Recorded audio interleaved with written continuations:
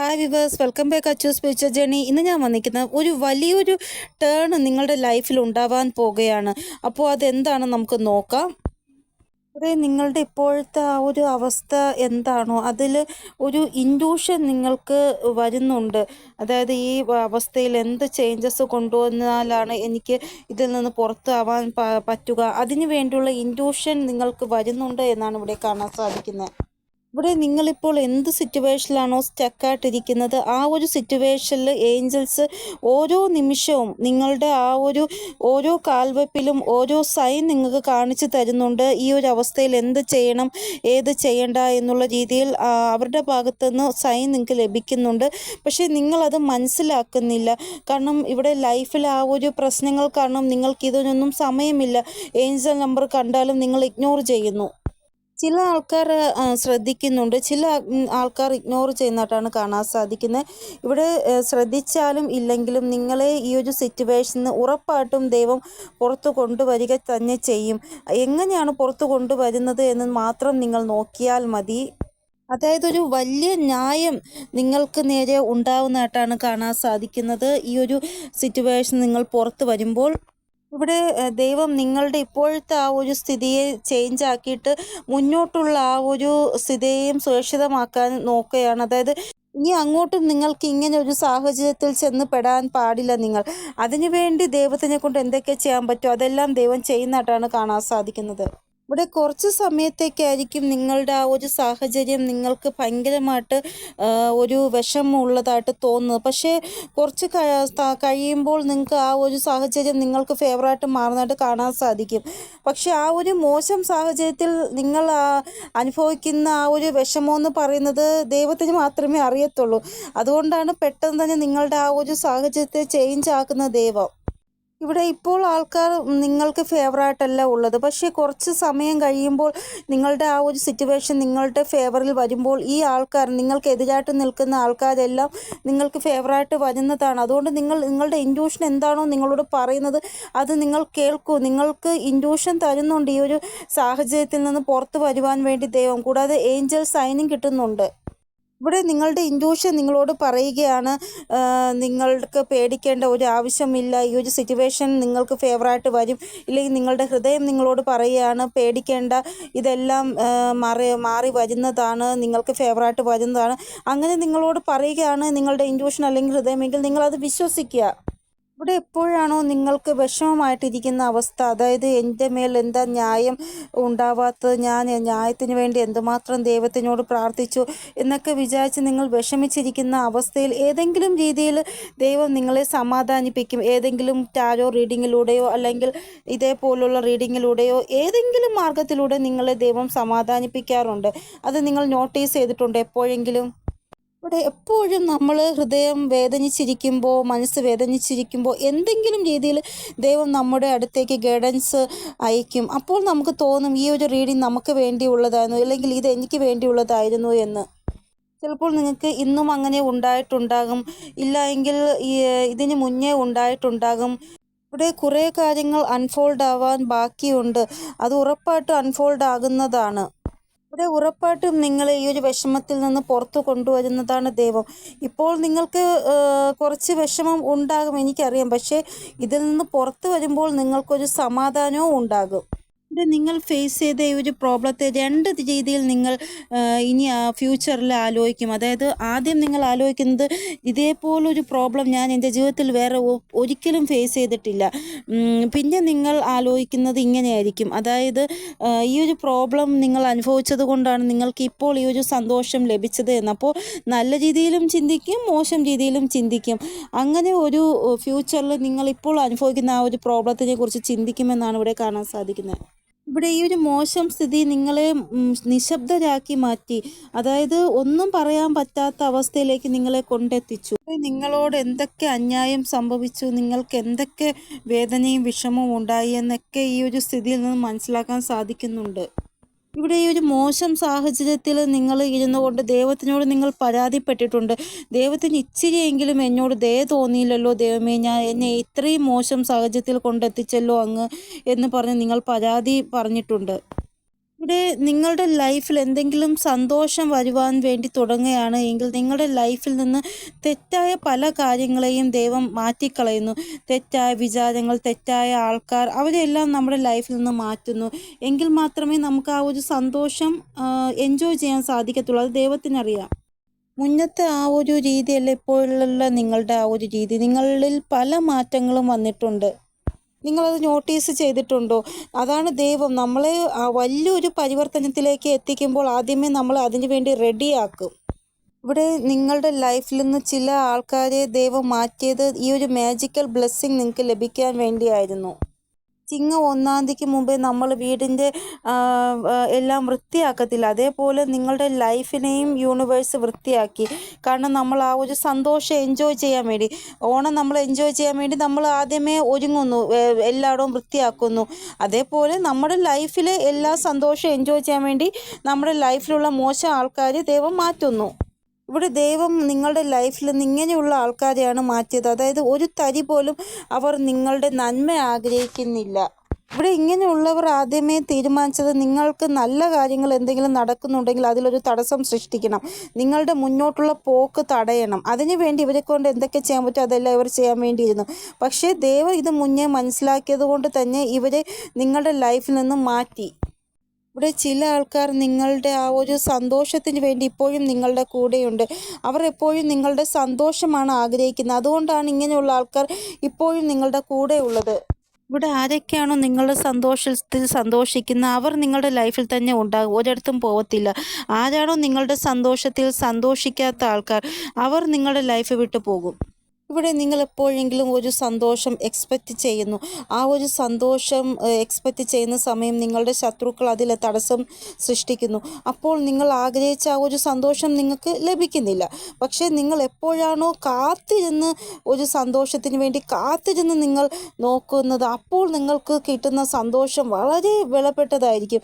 അപ്പോൾ നിങ്ങൾക്ക് എന്താ പറയുക, മനസ്സിൽ ഉള്ള ആ ഒരു വിഷമം എല്ലാം മാറി ആ ഒരു സന്തോഷത്തെ സ്വീകരിച്ച് എൻജോയ് ചെയ്യാൻ പറ്റുന്നു.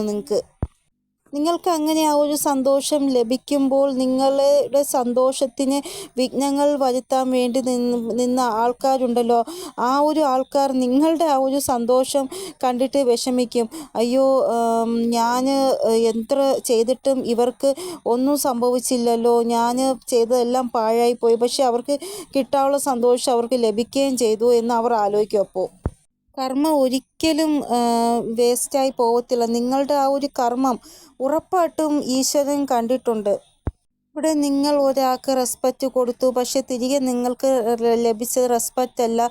നിങ്ങളുടെ ഒരു ഭാവവും അവർ മനസ്സിലാക്കിയില്ല. അവർക്ക് അവരുടേതായ ഒരു ഭാവത്തിൽ അവർ ജീവിക്കാൻ തുടങ്ങി, നിങ്ങളെ മൈൻഡ് ചെയ്യാതെ. അപ്പോൾ സമയം അവർക്ക് നിങ്ങളുടെ ആ വാല്യൂ മനസ്സിലാക്കി കൊടുക്കും. അത് ഉറപ്പായിട്ടുള്ള കാര്യമാണ്.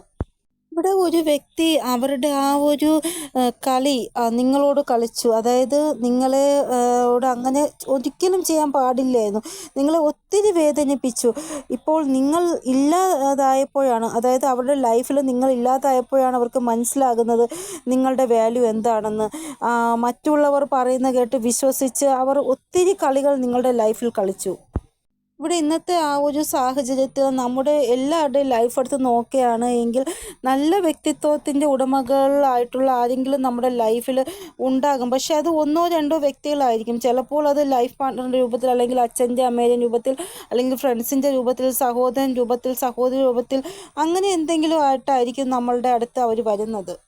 ഇവിടെ നല്ല സ്നേഹിക്കുന്ന ഒരു വ്യക്തി നമ്മുടെ ലൈഫിലുണ്ട് എങ്കിൽ നമുക്ക് പൈസ ഇല്ലെങ്കിലും കുഴപ്പമില്ല, നമുക്ക് ജീവിക്കാൻ സാധിക്കും. ഇവിടെ നിങ്ങളുടെ ഓരോരുത്തരുടെയും ലൈഫിൽ ചില വ്യക്തികളുണ്ട്, അവർ പൈസയ്ക്കാണ് പ്രാധാന്യം കൊടുത്തത്. നിങ്ങളെപ്പോലെ നല്ല ഒരു മനസ്സിൻ്റെ ഉടമകൾക്ക് പ്രാധാന്യം കൊടുക്കാതെ അവർക്ക് പൈസയ്ക്കാണ് അവർ പ്രാധാന്യം കൊടുത്തത്. അല്ലെങ്കിൽ വേറെ ഓപ്ഷൻസ് അവരുടെ മുന്നിലുണ്ടായിരുന്നു, അതിനായിരുന്നു അവർ പ്രാധാന്യം കൊടുത്തത്. അപ്പോൾ അങ്ങനെയുള്ളവർക്ക് അവർ ചെയ്ത തെറ്റിൻ്റെ ആ ഒരു ഫലം അവർക്ക് മനസ്സിലാക്കി കൊടുക്കാൻ പോകുന്ന ഒരു സമയമാണ് ഇത് എന്നാണ് ഇവിടെ കാണാൻ സാധിക്കുന്നത്. ഇവിടെ ചില വ്യക്തികൾ മനഃപൂർവ്വമായിട്ടാണ് നിങ്ങളോട് ഓരോ കളികൾ കളിച്ചത്. അതായത് അറിഞ്ഞു വച്ചുകൊണ്ടാണ് അവർ ചെയ്തത്. അപ്പോൾ അങ്ങനെയുള്ളവർക്ക് ഒരിക്കലും മാപ്പ് ഈശ്വരൻ കൊടുക്കത്തില്ല. സത്യം പറഞ്ഞാൽ 3-4 വർഷം കൊണ്ട് നിങ്ങളുടെ ലൈഫിൽ പല മാറ്റങ്ങളും വന്നു. ചില കാര്യങ്ങൾ മാറി, ചില ആൾക്കാർ മാറി, ചില നല്ല ആൾക്കാർ നിങ്ങളുടെ ലൈഫിൽ വന്നു, മോശം ആൾക്കാർ പോയിട്ട്, അങ്ങനെ പല കാര്യങ്ങളും നിങ്ങളുടെ ലൈഫിൽ 3-4 വർഷം കൊണ്ട് സംഭവിച്ചു. ഇവിടെ നിങ്ങളുടെ ലൈഫിൽ പല കാര്യങ്ങളും മോശമായി നിങ്ങൾ കണ്ടു. ഇനി നിങ്ങളുടെ ലൈഫിൽ എല്ലാ കാര്യങ്ങളും നല്ലതാവാൻ പോവുകയാണ്. അത് നിങ്ങൾ കാണാൻ പോവുകയാണ്. ഇവിടെ നിങ്ങളുടെ ഹൃദയം തന്നെ നിങ്ങളോട് പറയുകയാണ്, നിങ്ങളുടെ ജീവിതത്തിൽ സമൃദ്ധി ഉണ്ടാവാൻ പോവുകയാണ്, സമ്പത്ത് വരാൻ പോവുകയാണ്, നിങ്ങൾ ആഗ്രഹിക്കുന്ന കാര്യങ്ങൾ നേടാൻ പോവുകയാണ്. അങ്ങനെയൊക്കെ നിങ്ങളുടെ മനസ്സ് ഹൃദയം നിങ്ങളോട് പറയുന്നുണ്ട്.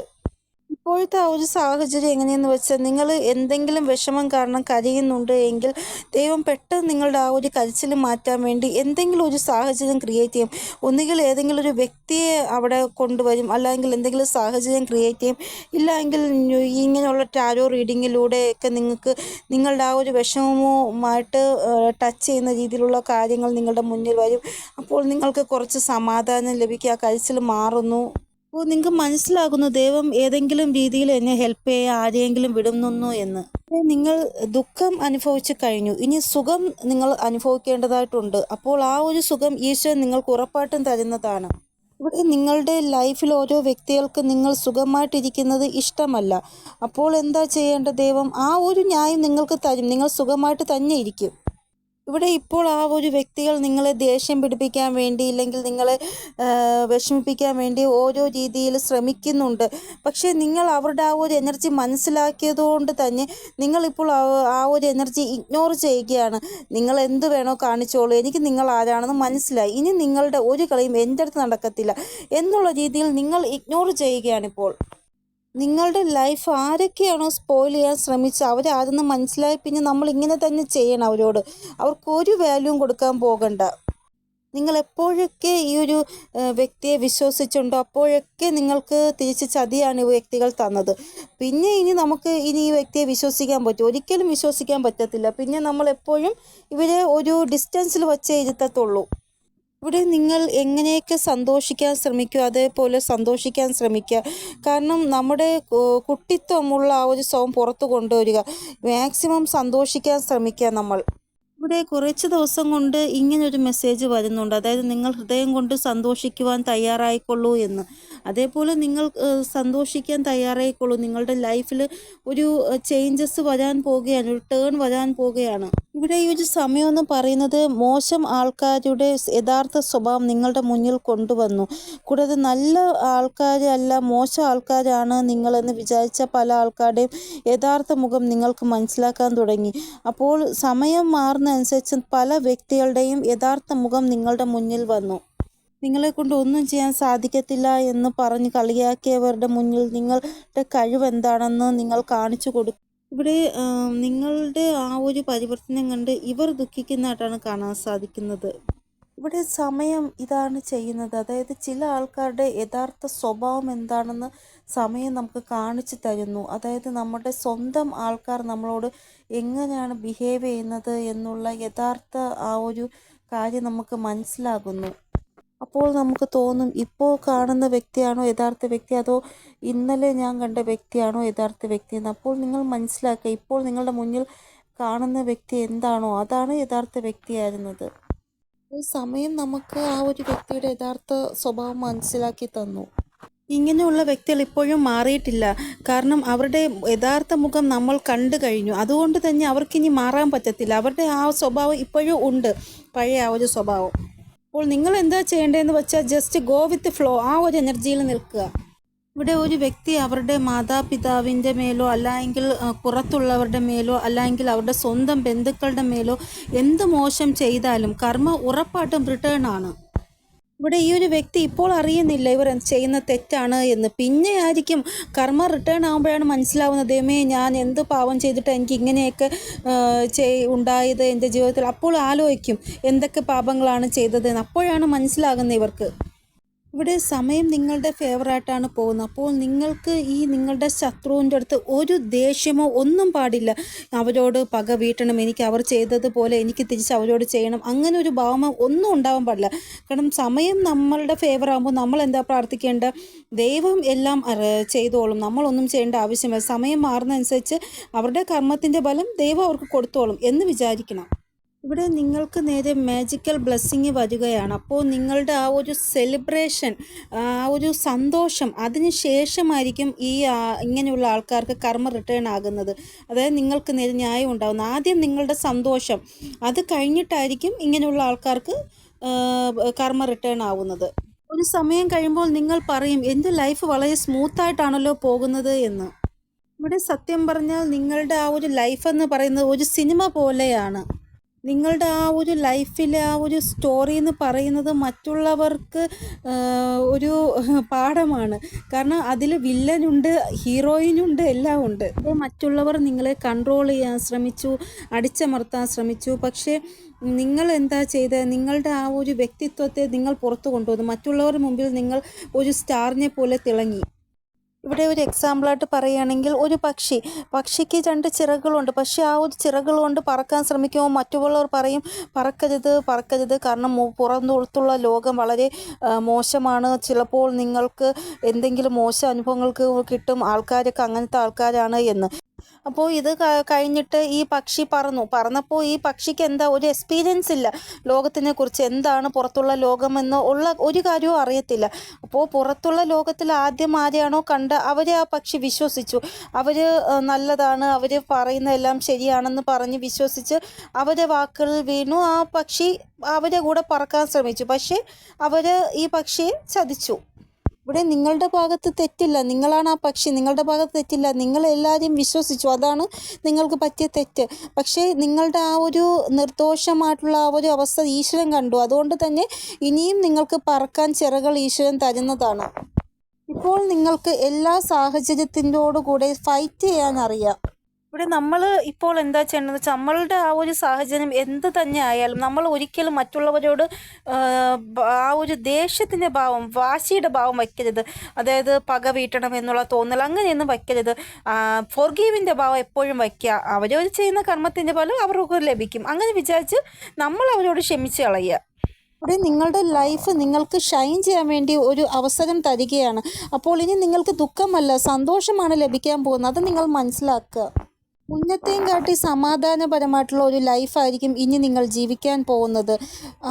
നല്ല രീതിയിൽ സന്തോഷവും സമൃദ്ധിയും എല്ലാം നിറഞ്ഞൊരു ലൈഫ്. അപ്പോൾ ഇതാണ് ജീവിതം ആകുമ്പോൾ നമുക്ക് ഫൈറ്റിങ് ഉറപ്പായിട്ടും ഉണ്ടാകും. ഫൈറ്റ് ചെയ്ത് തന്നെയാണ് നമുക്ക് ജീവിക്കേണ്ടത്. ഈ ഒരു സാഹചര്യം, അതായത് ഇപ്പോഴത്തെ നിങ്ങളുടെ മോശം സാഹചര്യം, നെഗറ്റീവായിട്ടുള്ള സിറ്റുവേഷൻ, അത് ഇനി നിങ്ങൾ നോക്കൂ, പോസിറ്റീവായിട്ടുള്ള രീതിയിൽ എങ്ങനെ മാറുന്നു എന്ന് നിങ്ങൾ തന്നെ അത് കണ്ടുകൊണ്ട് കാണുന്നതാണ്. നിങ്ങൾ ആദ്യം ചിന്തിക്കേണ്ടത്, നിങ്ങളുടെ ലൈഫ് ആരുടെയും കൺട്രോളിലല്ല. നിങ്ങളുടെ ലൈഫ് നിങ്ങൾക്ക് എപ്പോൾ വേണമെങ്കിലും ചേഞ്ച് ചെയ്യാൻ സാധിക്കും. അത് നിങ്ങൾ ആദ്യം മനസ്സിലാക്കുക. നിങ്ങൾ ആരുടെയും പാവയുമല്ല, ആരുടെയെങ്കിലും കയ്യിൽ ഇങ്ങോട്ട് ചാടാം അങ്ങോട്ട് ചാടാം എന്ന് പറയുന്ന ഒരു പാവയല്ല നിങ്ങൾ. നിങ്ങളുടെ ജീവിതം നിങ്ങളാണ് തീരുമാനിക്കേണ്ടത്. എങ്ങോട്ട് പോകണം, അതിൻ്റെ ഗതി എങ്ങോട്ടാണെന്ന് തീരുമാനിക്കേണ്ടത് നിങ്ങളാണ്.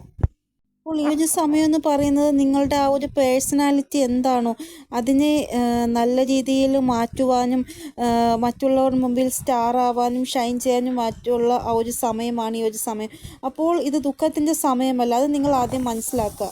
ഇവിടെ ഇനി നിങ്ങൾ എന്തെങ്കിലും രീതിയിൽ തെറ്റ് നിങ്ങൾ ചെയ്തിട്ടുണ്ടെങ്കിൽ ഇപ്പോൾ തന്നെ വീഡിയോ പോസ് ചെയ്തിട്ട് നിങ്ങൾ മാപ്പ് പറയുക. ഞാൻ എന്തെങ്കിലും രീതിയിൽ എന്നോട് എന്തെങ്കിലും തെറ്റ് ചെയ്തിട്ടുണ്ടെങ്കിൽ ക്ഷമിക്കണം യൂണിവേഴ്സ്, അല്ലെങ്കിൽ ക്ഷമിക്കണം എൻ്റെ ദൈവമേ എന്ന് പറയുക. കാരണം എപ്പോഴൊക്കെ നമ്മൾ ശപിച്ചിട്ടുണ്ടോ അതെല്ലാം നമ്മൾ ഓർമ്മിച്ച് മാപ്പ് പറയുക. ഇത് ഒത്തിരി അബണ്ടൻസ് നിങ്ങൾക്ക് ലഭിക്കും.